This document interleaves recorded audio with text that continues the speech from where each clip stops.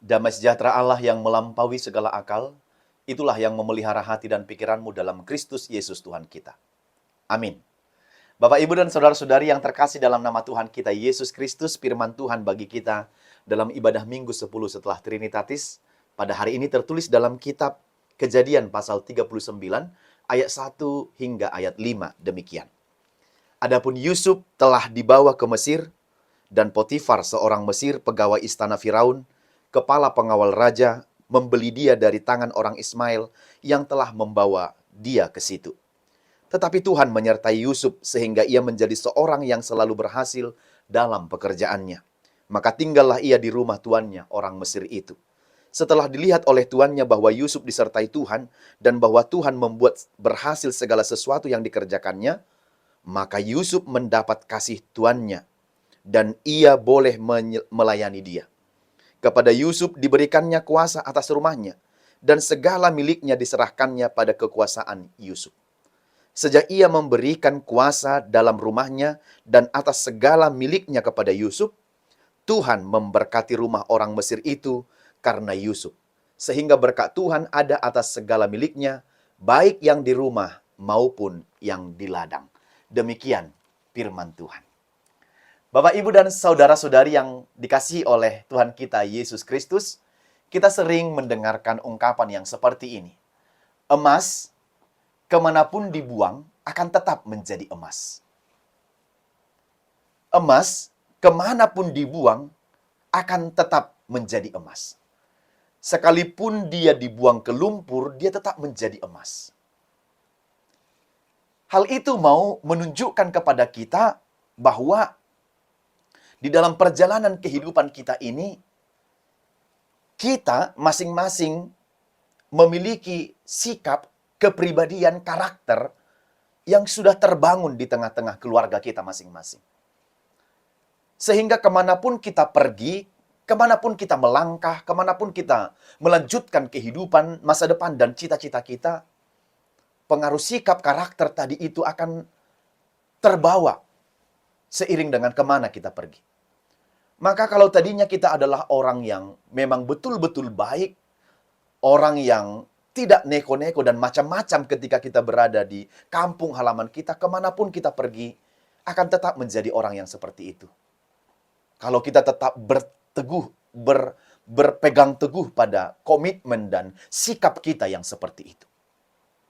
Nah, dari ungkapan itu bisa kita lihat memulai dari khotbah pada minggu hari ini, di mana Yusuf juga diceritakan dalam firman ini, akan dikatakan nanti satu orang bisa menjadi berkat bagi satu bangsa. Terlebih jika menjadi berkat di dalam Tuhan. Benar, panggilan kita di dunia ini adalah menjadi berkat. Bukan hanya bagi diri kita sendiri, melainkan juga bagi orang lain, bagi sekitar kita, bagi kelompok masyarakat, dan bahkan bagi bangsa lain. Dan kalau kita bisa bilang lebih luas lagi adalah bagi dunia ini. Nah, demikian dalam firman Tuhan pada minggu hari ini tentang kisah Yusuf yang menjadi berkat di rumah Potifar dan bagi bangsa Mesir. Bapak, Ibu, dan saudara yang dikasihi oleh Tuhan kita Yesus Kristus, setelah saudara-saudara Yusuf menjualnya kepada orang Ismail ke Mesir, dijual seharga 20 sikal perak atau harga dari seorang budak, maka ia dibawa ke Mesir dan dijual kepada seorang yang bernama Potifar. Potifar itu adalah perwira Firaun, kapten penjaga, kepala pasukan keamanan pribadi Firaun yang dipercaya dalam pemerintahan Mesir. Tetapi sedikit Bapak Ibu, hanya untuk menambah pemahaman kita tentang firman ini. Jadi ada tradisi di masa zaman kuno dulu, petugas atau pengawal keamanan pribadi, seperti praktik zaman kuno, mereka itu dikasim. Dikasim artinya adalah orang yang dikebiri. Kenapa dikebiri? Iya, demi pelayanan mereka. Untuk menjadikan kasim tertinggi di istana kerajaan, memastikan mereka supaya bisa dengan sepenuhnya mengabdi kepada raja mereka. Maka mereka dikasim, dikebiri. Supaya, maaf kalau kita sedikit bilang, supaya fungsi biologisnya itu dimatikan. Nafsu biologisnya itu dimatikan. Dan dia bisa konsentrasi dan fokus mengurus raja yang akan didampinginya supaya tetap aman. Jadi kalau kita lihat nanti ini jauh ke depan dari firman ini, ketika istri Potifar memfitnah Yusuf untuk melakukan satu perzinahan tidak dikerjakan, barangkali ada hubungannya dengan Kasim dan kebiri ini. Tetapi itu hanya bagian dari tradisi zaman kuno dulu. Nah, kita lihat lagi, jadi Yusuf ini berada di rumah Potifar, pengawal keamanan Firaun, untuk mengurus semua urusan rumah dan ladang. Untuk semua urusan rumah, untuk semua yang berkaitan dengan urusan rumah. Tadinya adalah yang berkaitan dengan urusan rumah yang dikerjakan oleh Yusuf ini. Ia merupakan seorang budak di rumah Potifar. Biasanya budak diperjualbelikan, tuan yang punya kuasa dan punya wewenang atas seorang budak. Dia seorang tuan yang berkuasa penuh atas dirinya. Dia tidak bisa menentukan sikapnya, tapi tuanlah yang berkuasa atas kehidupan dari budak itu. Jadi, yang mengendalikan semua kehidupannya adalah tuannya. Jadi tidak ada sama sekali kuasa dari budak itu untuk menentukan arah hidup, arah jalan, atau mau kemana dia pergi. Tapi turut pada perintah. Siap komando, kapanpun dibilang dan dikatakan, wajib siap komando. Nah, namun perhatian penting bahwa Tuhan menyertai Yusuf, sehingga ia menjadi seorang yang selalu berhasil dalam pekerjaannya. Ini yang menjadi poin terpenting dalam firman ini. Kita lihat satu poin pentingnya. Dikatakan di situ, Tuhan menyertai Yusuf, sehingga ia menjadi seorang yang selalu berhasil dalam pekerjaannya. Berarti yang membuat segala pekerjaan Yusuf itu bisa berhasil adalah karena penyertaan Tuhan. Bukan karena dirinya sendiri, kemampuannya sendiri. Tapi Tuhan menyertai dia. Lalu Tuhan memelihara hidupnya lewat apa yang dilakukan, semuanya berhasil. Memang benar, seperti yang saya bilang tadi, memang kalau emas itu kemana saja dibuang akan tetap menjadi emas. Tidak akan berubah. Pun demikian dengan Yusuf itu. Kita tahu bagaimana Yusuf itu, dia mendapat perlakuan yang berbeda dari bapaknya, Yakub, dari saudara-saudaranya yang lain. Yusuf sejak bersama dengan saudara-saudaranya, dia tidak berubah kebaikannya. Dia tidak mengasihani dirinya sendiri bahkan. Dia tidak reaktif, menuduh dan menyalahkan saudara-saudaranya. Tapi dia proaktif, tidak berhenti pada menangisi nasib dan dirinya sendiri, tidak menyesali kenapa dia harus seperti itu, tidak. Tetapi dia baik. Itu kemudian berkat-berkat yang diberikan oleh Tuhan selalu menyertai kehidupan dia. Memelihara kehidupan Yusuf itu. Potifar pun melihat, ternyata Potifar sendiri pun bisa melihat bahwa Yusuf itu disertai oleh Tuhan. Dan dia mengaku bahwa Tuhanlah yang selalu menyertai pekerjaan dan langkah hidupnya. Bukan karena dirinya sendiri dan bukan pula karena Potifar. Jadi jelas ternyata itu tidak dialaminya sendiri, dan bahkan Potifar itu sendiri pun bisa melihat kalau apa yang dilakukan oleh Yusuf itu betul-betul karena penyertaan Tuhan. Bayangkan Potifar sendiri yang adalah orang Mesir itu bisa melihat kalau Yusuf itu bekerja disertai oleh Tuhan. Nah, pada ayat 3 mempertegas, tuannya melihat bahwa Yusuf disertai Tuhan dan Tuhan membuat berhasil segala sesuatu yang dikerjakannya. Tentulah setiap orang ingin pekerjaannya berhasil. Tapi pertanyaannya, apakah semua orang mengandalkan Tuhan? Kalau semua orang menghendaki pekerjaan yang berhasil, kesuksesan yang betul-betul sukses, keberhasilan yang betul-betul berhasil, pertanyaannya, apakah Anda dan saudara mengandalkan Tuhan dalam kehidupanmu? Pikiran kita sering tidak connect dengan, sering tidak sejalan dengan hati. Kita pengen berhasil, pengen sukses supaya bisa dilihat orang lain, sementara kita tidak menyerahkan hidup kita dan perjalanan apa yang kita lakukan itu kepada Tuhan.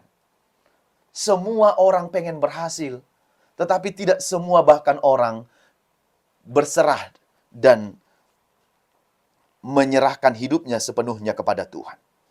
Tetapi Yusuf dalam firman ini kita lihat, yang membuat pekerjaannya itu berhasil dan dia disertai oleh Tuhan adalah karena dia selalu berserah kepada Tuhan. Tentulah setiap orang ingin berhasil tadi. Semua menghendaki hidup yang terberkati, ingin sukses dalam pelayanan, apalagi dalam pelayanan Tuhan. Kita pun menghendaki berhasil dalam pekerjaan kita. Yusuf bisa sebab Tuhan menyertai dia, berbeda dari saudara-saudara lainnya. Dikasihi lebih dari yang lain oleh Yakub bapaknya itu. Hanya Tuhanlah yang menyertai. Hanya Tuhanlah yang memberkati sehingga pekerjaannya itu berhasil. Penyertaan Tuhanlah jaminan keberhasilan dalam pekerjaan Yusuf dan termasuk dalam pekerjaan kita.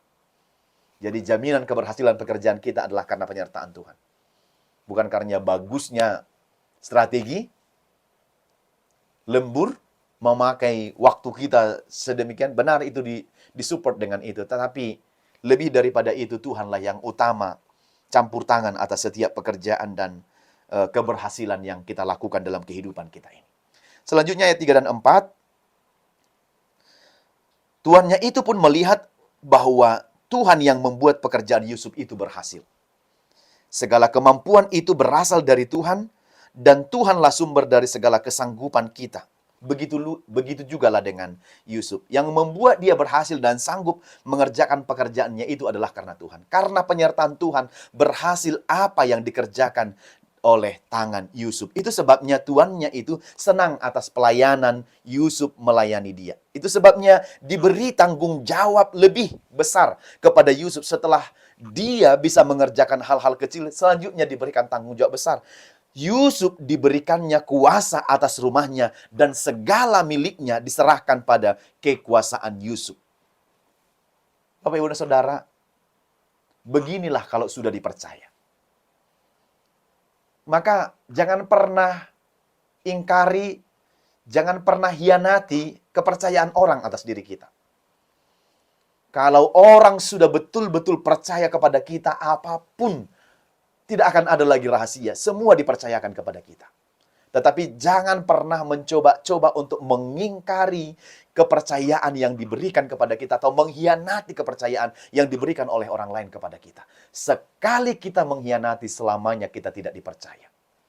Tapi untuk menjadi kepercayaan itu tentu melewati proses yang panjang, tidak mudah dan tidak singkat. Mungkin kita diuji dengan hal kecil, naik, meningkat, sampai kemudian hal yang terbesar. Dan kalau kita teguh dan bisa dipercaya, maka segalanya akan diserahkan kepada kita. Maka kalau kita sudah dipercaya, jangan hianati orang-orang yang mempercayai kita. Pegang teguh kepercayaan itu. Lakukan sungguh-sungguh. Minta pertolongan Tuhan supaya kita kuat untuk melakukan apa yang telah dipercayakan kepada kita. Itu sebabnya Tuhan dikatakan dalam perjanjian baru, barang siapa yang setia dalam perkara kecil, kepadanya akan kuberikan perkara-perkara yang besar. Tetapi barang siapa tidak setia dalam perkara kecil, bagaimana mungkin dia dapat melakukan perkara yang besar? Jadi Yusuf di sini berarti sudah sangat dipercaya. Potifar sangat mempercaya dia hingga melampaui apa yang dia pikirkan. Sampai kemudian melayani Yusuf itu. Melayani Potifar itu. Berarti sangat dipercaya. Yang perlu baginya pun sudah diurusi oleh Yusuf. Jadi betul-betul sudah kepercayaan. Tadinya hanya menyiapkan makannya, lalu tidak boleh makan antara tuan dan budak. Itu berbeda tempatnya. Tapi dalam hal ini soal makan, soal keperluan yang pribadi pun sudah dikerjakan. Semua diserahkan, urusan rumah, urusan ladang, dan urusan yang berkaitan dengan apa yang perlu dilakukan sudah dikerjakan oleh Yusuf itu sendiri. Itu artinya dia sudah menjadi kepercayaan. Padahal tradisi dulu hanya mengurus soal makan yang bisa dilakukan oleh budak. Namun ini sudah mencakup semua miliknya. Statusnya sekarang berubah. Status Yusuf itu berubah di rumah Potifar. Dia menjadi orang kepercayaan di sana untuk mengurus semua urusan milik Potifar. urusan tuannya itu. Jadi sebagai orang kepercayaan, datang dan segala harta miliknya dipercayakan kepada Yusuf. Inilah nanti hingga istri Potifar ini ingin bermaksud memfitnah Yusuf. Ya, ingin bermaksud memfitnah Yusuf. Kalaupun memang dipercayakan oleh Potifar kepada dia, bukan all in, tetapi ada juga batas-batas, bukan termasuk istri. Kepercayaan itulah kemudian yang dijaga oleh Yusuf. Walaupun istrinya Potifar itu sudah merancang kejahatan karena dia tahu betapa mahalnya kepercayaan itu, sudah dirancang kejahatan oleh istri Potifar, dia tidak mau melakukan itu dan tidak mau mengerjakan itu. Karena apa? Dia tahu kepercayaan yang diberikan kepadanya. Dia tahu kepercayaan yang diberikan kepadanya. Yusuf menolak. Yusuf menolak apa yang hendak dilakukan oleh istri Potifar itu. Sebenarnya kesempatan banyak. Waktu ada. Potifar tidak selalu di rumah, tidak selalu di situ. Namun Yusuf menolak sebab dia percaya bahwa Tuhan melihat. Betapa Tuhan memang menyertai dia. Kalaupun ini tidak melihat, tapi dia percaya, kan Tuhan melihat. Sebab, sekali lagi, kita lihat di situ, kalaupun segala milik Potifar dipercayakan, tetapi tidak dengan istrinya. Tidak dengan hal yang berkaitan dengan biologis itu. Bukan. Tidak turut di dalamnya juga yang berkaitan dengan hawa nafsu. Tetapi ada batas-batasnya. Maka penting, sebagai orang kepercayaan, tidak melakukan lebih dari wewenang yang diberikan kepadanya. Tidak melakukan lebih dari itu. Dia bilang lebih baik pergi dari situ kalau harus melakukan dosa. Bayangkan, ini komitmen nih. Lebih baik pergi dari situ daripada melakukan kalau harus berbuat dosa. Ini komitmen besar ini. Semoga kita dikuatkan untuk mengerjakan ini. Lebih baik pergi dari situ daripada harus berbuat dosa. Nah, jadi setia secara yang kita lihat di sini secara profesional dan proporsional. Betul-betul setia secara profesional dan setia secara proporsional. Dia tidak menjadi sombong. Ya, tetap menjadi orang yang rendah hati, tetap baik seperti yang saya bilang tadi itu. Ini kadang yang terjadi di tengah kehidupan bermasyarakat dimanapun, pangalabungi atau orang-orang yang dekat dengan para pemimpin pembesar-pembesar ini yang lebih sombong dari pembesar itu sendiri. Siapa yang memimpin dan siapa yang hanya membantu tugas dari seorang pemimpin itu. Yusuf tidak demikian. Dia tetap rendah hati, dia tetap baik, dia tetap melakukan pekerjaannya sesuai dengan porsi dan secara profesional. Memang berkat itu akan diberikan bagi orang yang rendah hati. Bagaimana kemudian bagi orang-orang yang sombong? Kalau orang-orang yang sombong tidak akan pernah melihat kalau berkat itu datangnya dari Tuhan. Dia akan melihat berkat itu datangnya atas usahanya, atas pekerjaannya, dan atas semua upaya yang dilakukan dalam hidupnya. Maka kehidupan Yusuf menjadi kehidupan yang terberkati karena dia baik dan rendah hati melakukan tugasnya. Maka semua dipercayakan kepada dia.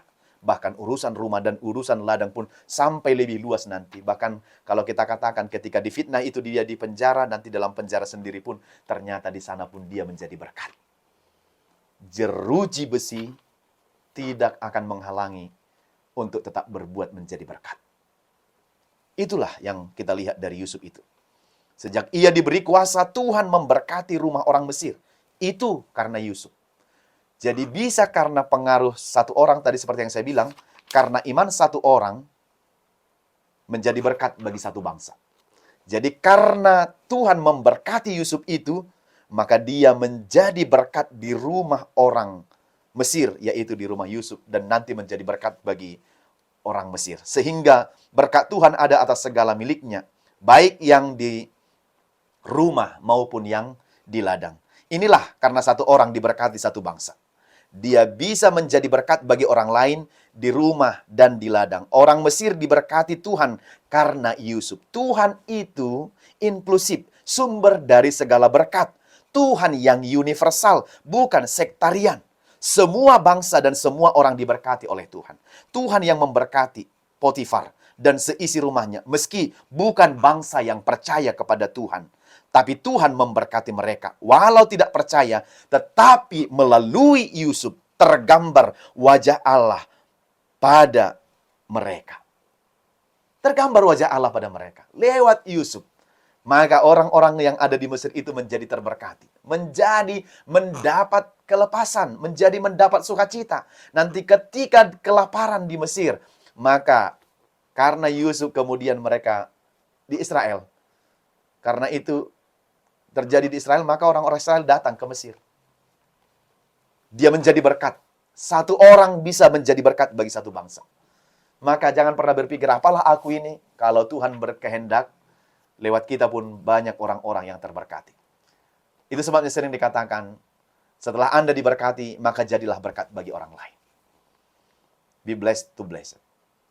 Kalau kita sudah diberkati, jadilah berkat bagi orang lain. Apa yang mau disampaikan firman ini bagi kita? Yang pertama, tidak terukur dan tidak terhitung berkat Tuhan. Tidak memilih-milih. Semua kita diberkati.